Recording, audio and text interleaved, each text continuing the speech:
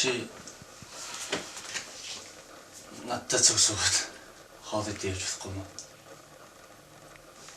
Би чамаас гуйж байна. Тэгээд би чамайг хэрэг өрөөч ч юм уу төхөл идэг л дээ.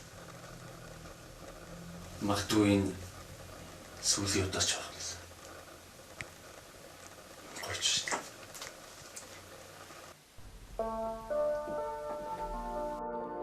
Би ихнэр дээрээ очиод уучлалт гуйж арх хүүхийн тулд тавьсан бүгжээ эргүүлэн өгөхөд ихнэр минь намайг уучлсан юм.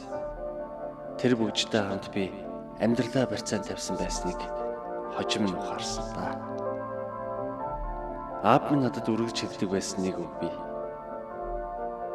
Хүү минь эр хүн гэдэг жаргал зовлон даах ноён нуруутай байх хэрэгтэй гэж. Тэр үед би жаргал зовлон даах ноён нуруугүй явхад миний ханийн уучлал намайг ухааруулсан юм. Уучлал гэдэг бүхнээс хүчтэй. Харин хүн алдаж болно. Гэвч алдаагаа дахин давтах хэрэггүй. Засаж чаддаг сэтгэлийн тэнхээтэй байх хэрэгтэй юм болов уу гэж би одоо хүртэл бодож явд юм.